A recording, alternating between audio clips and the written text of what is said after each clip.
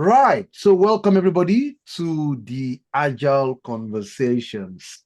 All right. I know it's been a while we had one of this, but we're back. We're back. So today I'm here with my friend that I've known for a long time. His name is Adetunju Oduyela, technology architecture delivery manager. You know what? I'm gonna let Tunji introduce himself. There's a lot of stuff here. Tunji, give us some brief 1 minute introduction about what you do and what you've been working on in the last Okay, few. so my name is Adetunju. You can just call me TJ out here anyway. So I'm into technology development, design, delivery work out of Accenture Technology in the US. I stay in Atlanta. Mainly, what we do is we design, develop, and deliver technology solutions to our clients. Spread over several industries in the United States, healthcare, financial services, communications, high I'm gonna technology. I'm going to stop you there, Tunji. What you're not saying, which is why we are here, is the work you'll be doing around AI. Okay. So this episode is about AI, and I think maybe the reason why I thought let's talk was because I thought, this guy is doing so much work in AI, and even me, I'm a bit confused. So let me talk about the kind of work you've been doing around AI, just very high level. I mean, not proprietary stuff, if you can. Okay.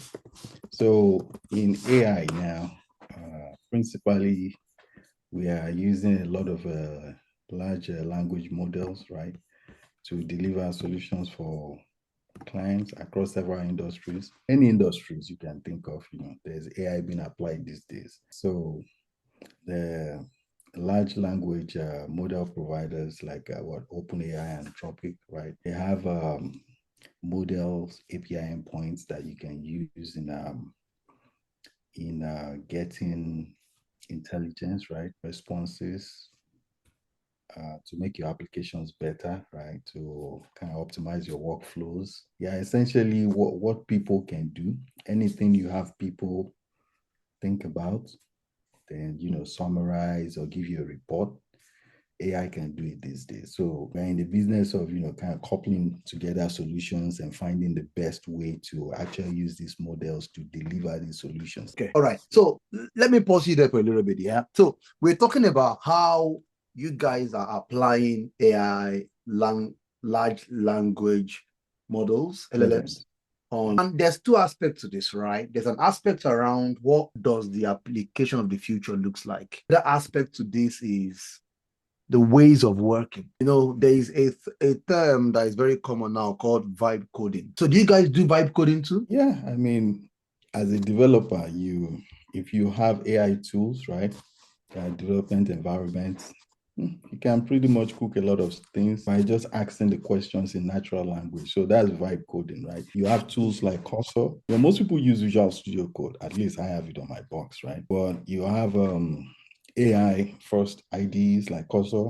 or Windsoft now that OpenAI has just bought. If you start those applications up, you can just build up an app in a few minutes, supposing you know what you're doing. There are other tools like Replit that are for people who mainly do not know a lot of technical stuff. You can still have Replit build an e-commerce store. You can have it do integrations for you in terms of payments, right? Yeah, so that's vibe coding. You can just ask and have the I do all the work. Yeah. Okay. So I mean, what I'm seeing a lot of cases now in the on the internet, people talking about, what, I've built a new SaaS application, I knew nothing. So in my mind, there was a time where a lot of no-code tools like Airtable and all those stuff. And those things were used for small organization, SMEs, and build stuff quickly. I don't know any. I mean, I've done a lot of work in the investment banking. I don't know of any enterprise application that was built with no code, right? So what I saw over the last few years was, small companies. So you want to build a database for your employees, you can use a no-code tool, simple database, CRUD application, and it works. Are we seeing the same here with vibe coding, but do you think that it's totally different? Wow. So it depends on who is using the tool, okay? Like at home, I have my kids, right? Sometimes we just gather around the computer and say, hey, what do you want to build? I have my 8-year-old who say, oh, Dad, I want to build a a game with a unicorn horse running. You just bring up Windsurf and she types it in, and Windsurf will generate the code and we run it. The horse might not look like a horse, right? But then we just go back and say, make this horse look like a horse.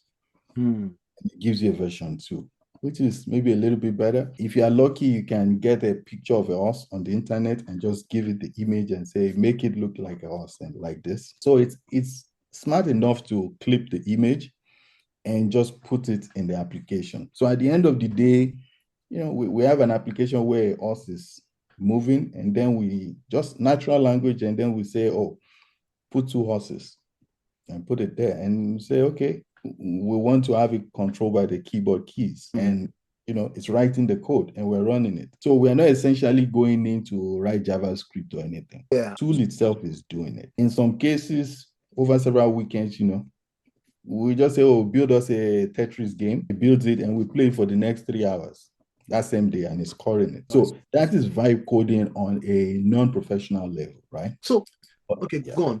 Finish up. On a professional level, if someone like me wants to use, say, Windsurf, because that's what I'm used to, I have to do some preliminary work, right? If I'm building, say, an e-commerce store, you want to know the domain objects. You want to know what type of endpoints you want to expose. So you can just type this, maybe go into Notepad, describe what you want. I want an e-commerce store, order, catalog, product details pages. I want it integrated with a payment system. I want this API endpoint. I want a banner on the front page in natural language. And then you just take this natural language and just drop it into Windsurf. So that becomes the prompt you are giving Windsurf. And it just says, okay, I need to get to work. And it starts building it. And you will see it on the screen that it's creating the order page, creating the catalog page, the product details. You can see. And, these tools are so smart that at some point, if they need your input,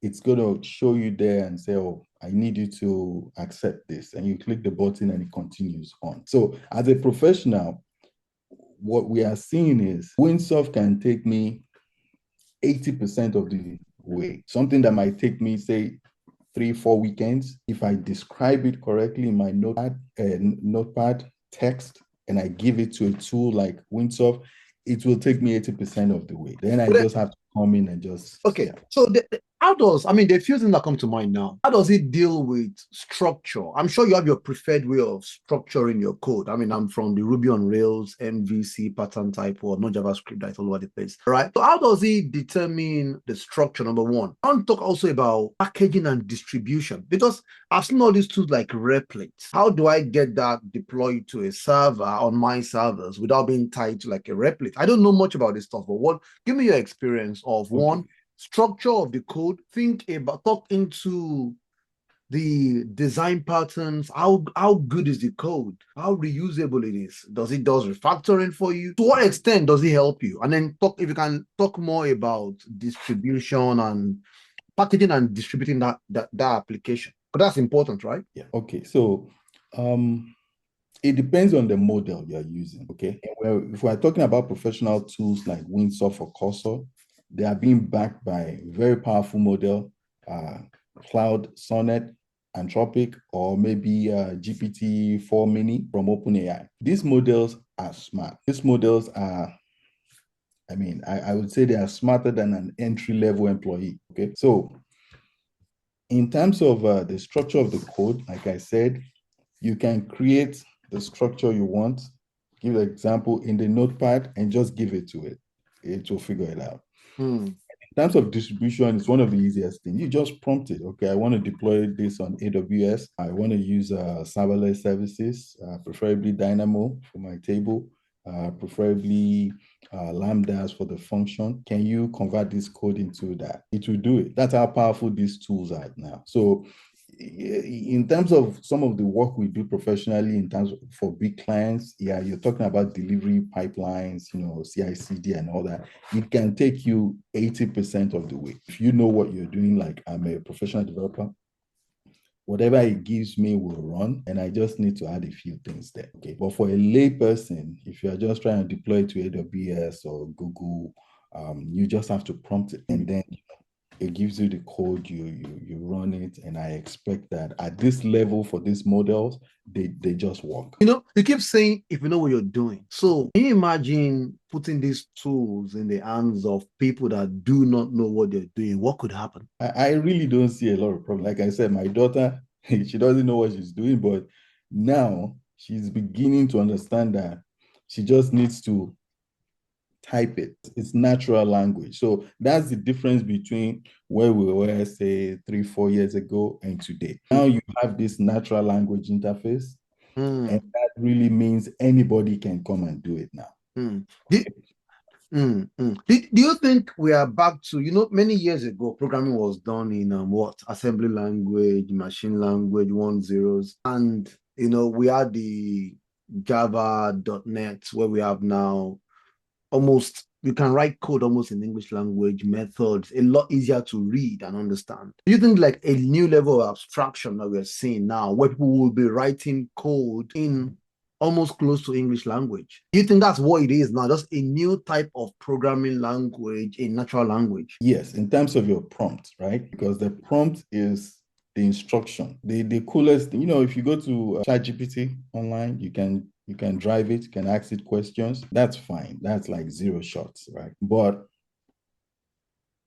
what you want to do, at least on a professional level, is like you explained about the structure and things like that. These models, they are just prediction engines, okay? So I wouldn't say they are smart prediction engines, but the way you ask the question and the way you structure it might actually help them in doing the job better. So it's not like we're going back to assembly language. It's like the human, you that you're doing the job, your brain is now the LLM. So, and the reason why it's like so powerful, this is a computer. It can answer questions. It can, go and search a million documents and get back to you in 5 minutes. Unlike if it were a human, I'll get back to you in 2 weeks, you see. So that's the difference. So it's a brain that knows almost everything. And now you can make that brain do things for you. When I keep saying someone who knows what they're doing, like a professional developer,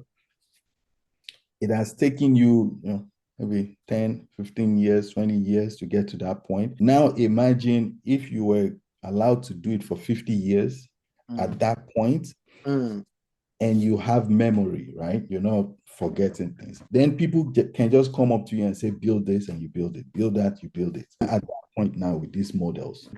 Interesting. Now let's talk about team sizes. So, before AI, the world we are in, have a team of 5 people.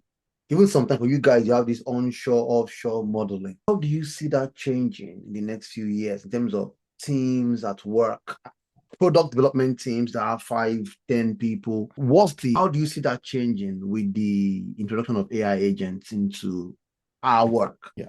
Okay. I'll give the positive story first, right? The positive story is that now we can have AI augmentation. Okay. If you have a team of 5 and you have a lead, you have 4 people, developers and testers. If you give them AI, productivity will go through the roof, or at least you will see a massive increase in productivity in terms of time to delivery, right? It's going to be shorter, and also in terms of the quality of work. When we're talking about professional, developers who do this for a living, if they have tools, they can actually do more, right? They can make sure the features are really robust. They can test it properly. The unit test will be robust. They can make sure there's enough code coverage, right? And once AI is there, you see this massive productivity in the quality of code, and also, shorter delivery time, and that translates to cost savings, right? So that's what we are seeing and what we at least expect to happen. On the flip side, like I said, if you take it to the extreme, because these models are getting more and more powerful by the day, we are envisaging, at least you can sense a situation where you might not need 100% of the team now. You might actually want to go 50-50 in terms of human and AI, right? Or you could even want to go maybe 60-40, where 40 is AI and 40 is human and 60 is AI. Because like I said, the The tools can do a lot of work. So you can use your human to do the higher level thinking in terms of the structure of code, what patterns you want to implement and things like that. So those are going to be things you will see as we go forward in this type of a delivery model where you have a team coming together and delivering work. It's now going to be human and machine. So I mean, you make a very good point there, and I think I said it before, which is around the role of humans in product development. Talk about domain modeling, which is very important. One thing I've got a background in testing, and in my career, early days of working as a developer, we used to pair a lot, pairing, two developers, developer and tester working together. And over time, a lot of our clients didn't like that. They felt like, what, let everybody work on their own because it's not effective and it's wasteful. They thought it was wasteful. And then you have all these PR requests, which slows down work, right? For me personally, I'm excited because I'm hoping that now having AI available to people, you're almost like an AI pair. So I'm not the best developer anymore, but I've been doing a lot of improvement. Some of the applications I run, just AI. Explain this file to me, what's going on. Oh, that means I understand what's in that code file. Okay, I want to change this. I don't want to use I want to use GUIDs, and I've been able to, the things I normally have gone to find on Upwork to do for me, even though I don't know JavaScript, with a little bit of knowledge I know from my Java, from Ruby, I've been able to add tests to my application, restructure my application. A lot of things I didn't like about the way it was written. And using AI, I've been able to do that. So that's where I see that hopefully we're going to see more, and you talked about this as well, more tests written for code. Because sometimes, a lot of people tend to, we want to deliver quickly. One of the first things we forget about is tests. Let's just go quickly. Let's just package it. We'll do end to end. And that could be very, very slow feedback. So that's very interesting. So we spent time on talking about the process. I want to talk about.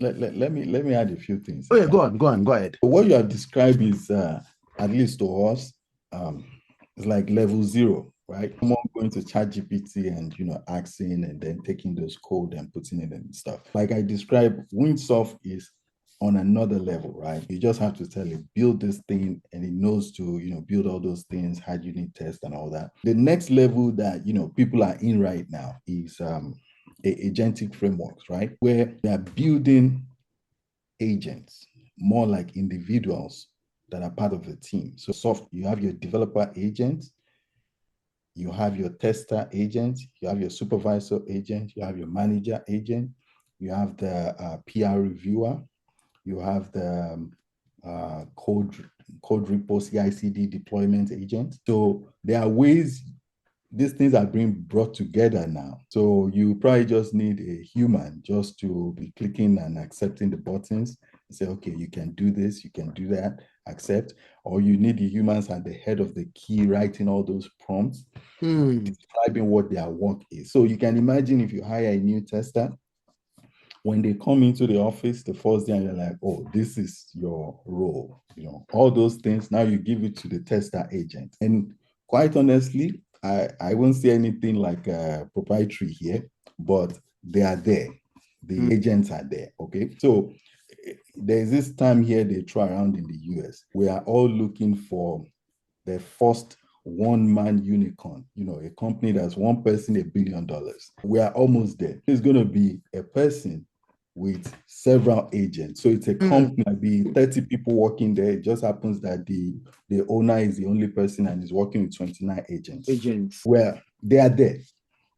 There are people cooking these things in their basement, and so people are doing it. I won't say more than that, but yeah, that's where we are. Someone said, I mean, I've heard this thing once on one of the group chats. The person said, the human becomes the orchestrator of this team of agents. Anyway, that's interesting. More like the human is the ideal person, and you're just clicking buttons. There is an orchestrator agent. But this is what I'm saying. Why do you not human? Why can't you put an idea agent? Why not? There's an idea agent, but it will give you 10 ideas. You have to tell it, or work on idea 2 and 3. I like 2 and 3. So that's where things are, honestly. So we'll just leave it at that. There is another thing, all what we are saying so far now is in terms of, textual content, right? Develop code, give me a video to go post on Instagram, give me an ad to go post on Instagram so it has a picture and all that. There's physical AI. Okay, right now, if you look at what the Chinese are doing in terms of robotics, they have robots everywhere now, robot dog, robot people, robot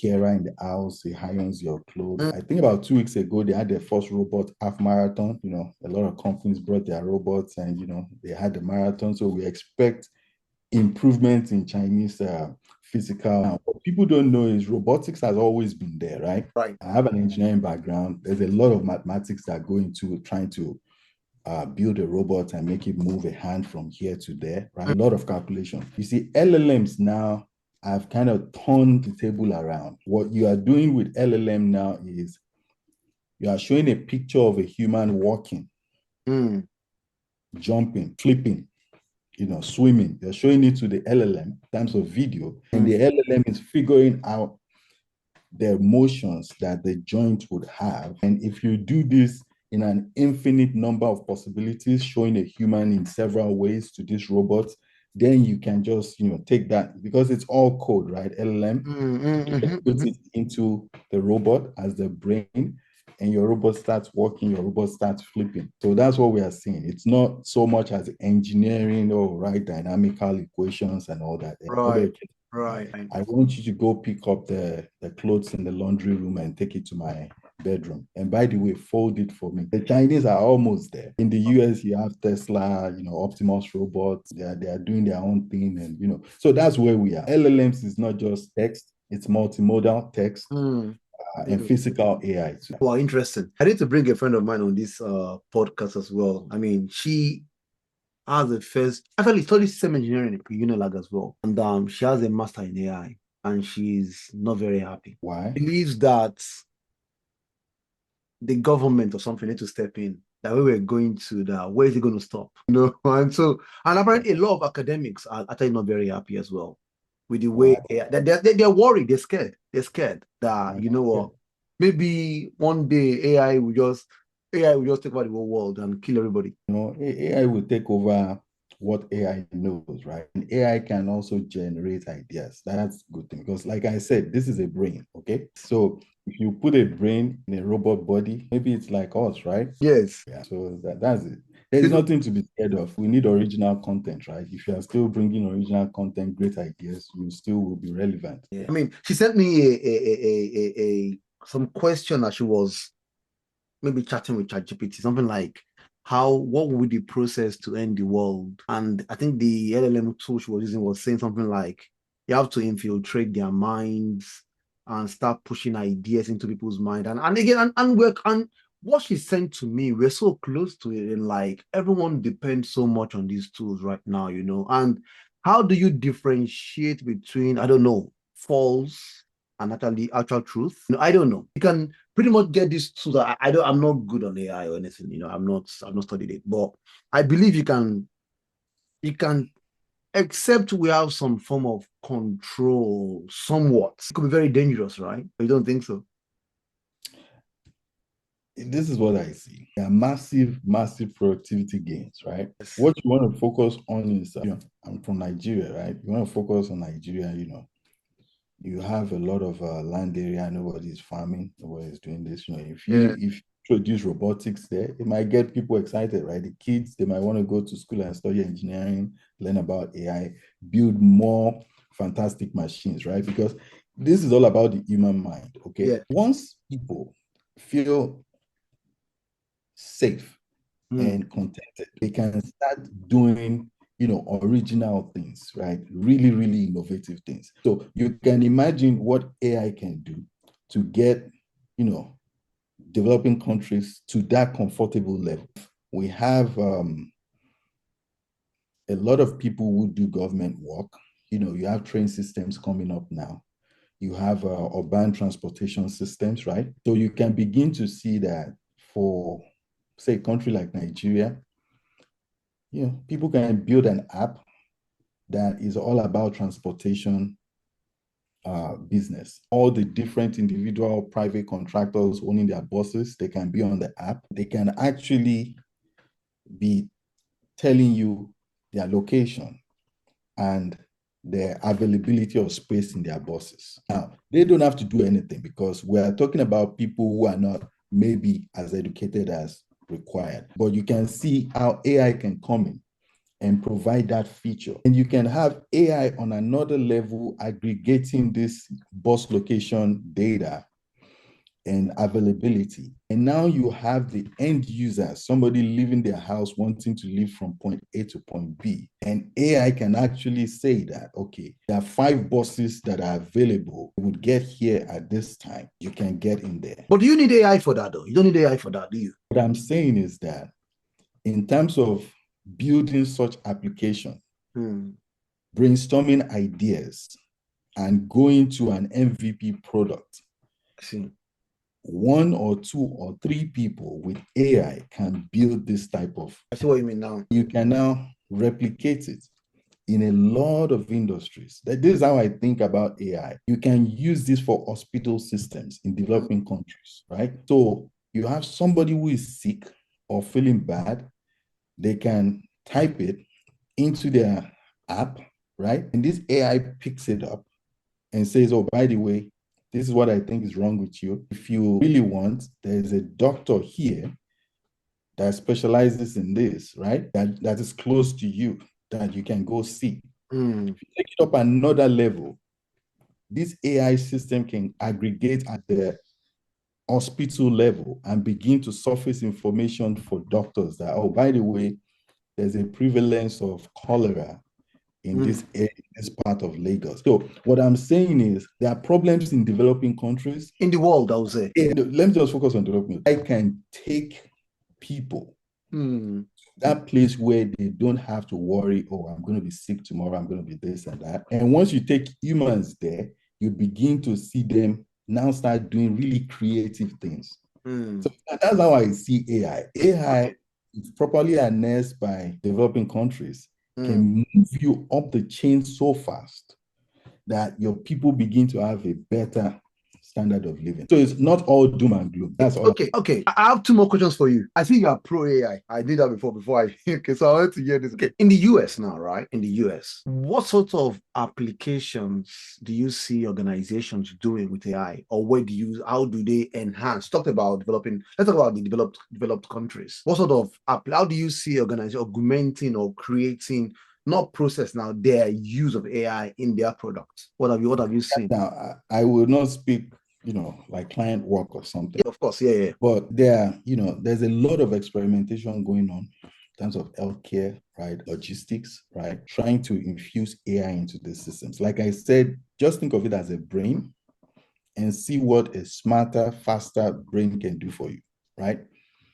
It can make you get information faster, make decisions quicker, right? And that affects productivity. In terms of physical AI, they are doing it a lot in the US, but I will look towards China, right? The Chinese have shown us a lot of things already, right? And before you get to physical, there's a gap between, the ephemeral, like just the brain in a computer chip, and the physical manifestation in terms of robotics. There's a gap in between. Those gaps are systems, transportation systems. How do you optimize them? Your rail systems, right? Your hospital systems. Yeah, they are beginning to use it at each layer of these systems.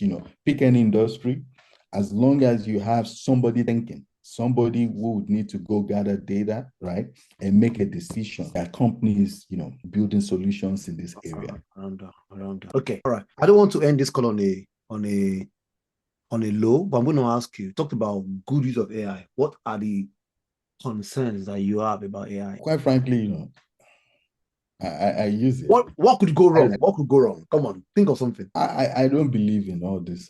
Something could go wrong, right? Because humans, the way I see it is, you have a brain.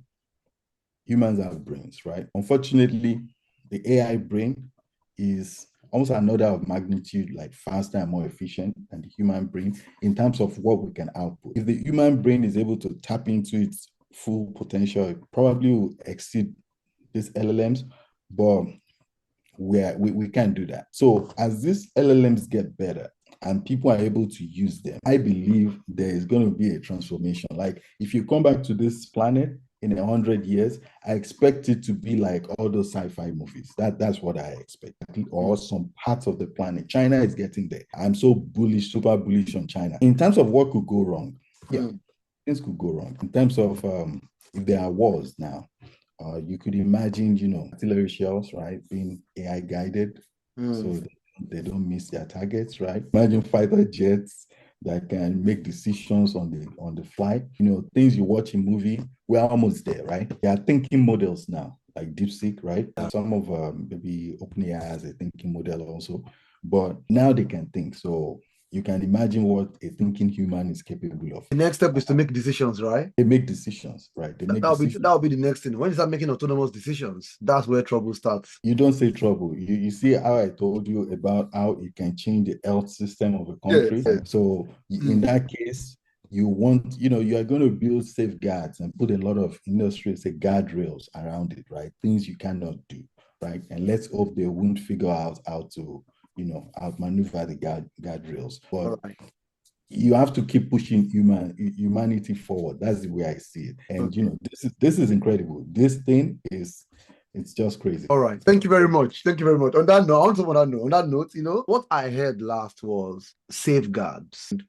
I hope we do actually get to that point where we think about, because a lot of people are worried about security. I watched a podcast where Sam Altman was interviewed, and that came up as well, safeguards. And he kind of dodged the questions, danced around it a little bit, But I'm hoping that, it's exciting, and technology is, it's exciting, but I'm hoping that, the upsides, far outweighs the downsides. But you know what, Tunji, thank you very much for coming to this. I don't want to keep you much longer. And thank you very much. It's good to get your insight. I'm actually going to get Oge. Her name is Oge to come onto this call and come and talk about our own worries as well. But thank you very much, Tunji. Thank you very much. And thanks. Yeah.